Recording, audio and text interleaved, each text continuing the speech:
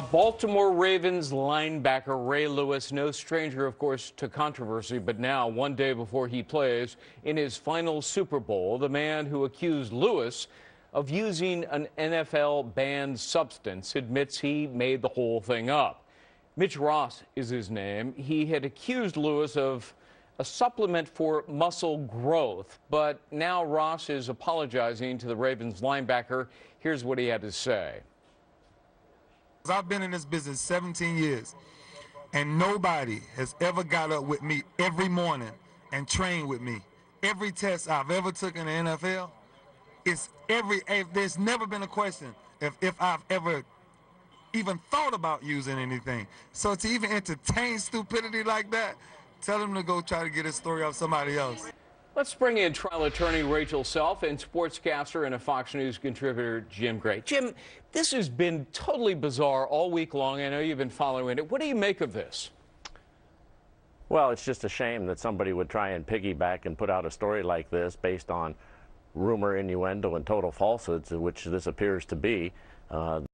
Now is apologizing and so forth. And we get into the silly season in between these 2 weeks before the Super Bowl, and everybody's trying to come up with a story, and now we have people inventing stories.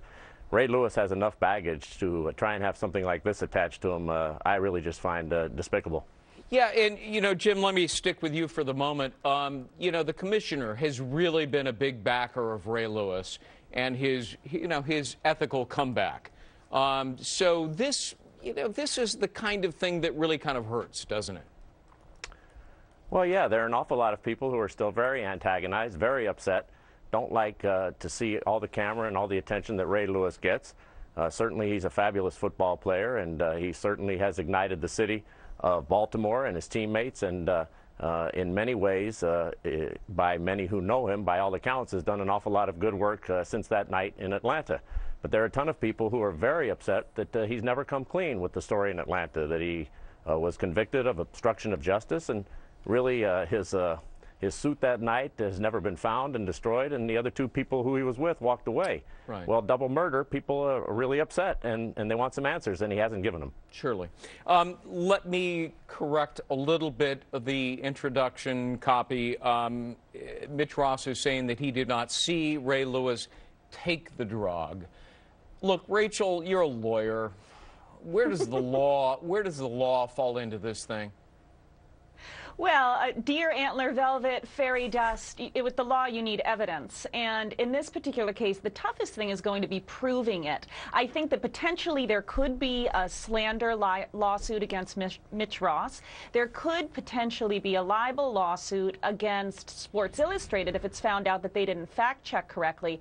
But when you're dealing with a public figure, you need to show a blatant disregard for the truth, malice in your publication. And in this particular instance, it's going to be very hard to get teeth in this lawsuit, even if Ray Lewis wants to file one against whether it be SportsIllustrated.com or against Mitch Ross, because you need to show that there was this malice disregard for the truth. And there's a little bit of gray area with regard to what the actual bottom line here is.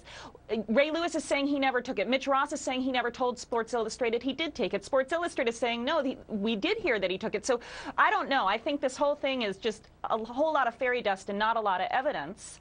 And it's just bizarre.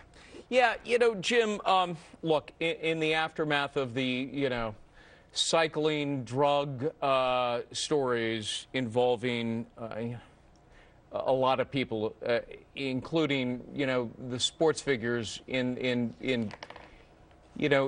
football. What do you make of this?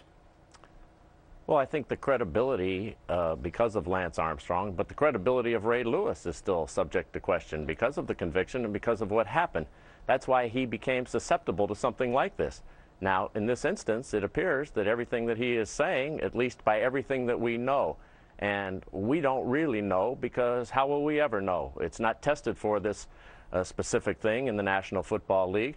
National Football League loses jurisdiction over Ray Lewis after Sunday. He's announced he's retiring, so the story will go away, and if anything ever was to come of it, there's nothing really anybody could do. So you get back to credibility. Everybody now is under a microscope. You don't know what to believe, you don't know who to believe, and you don't know how to believe it. But I believe in this instance, just based on everything that we have been seeing up to date and been told, that Ray Lewis is a victim. Yeah, and it takes away from the event, Rachel. You know, I mean, it's sort of a sad commentary. Well, it absolutely, no, it takes away from the event, and it also takes away from the entire idea behind sports, and everyone's supposed to be enjoying it, and you have all this falsehood going on now with absolutely everything, and nobody trusts anything anymore, and that's sad. Yeah. Jim Gray, Rachel Self, thank you both for being with us today. Thank you. Thanks, Greg.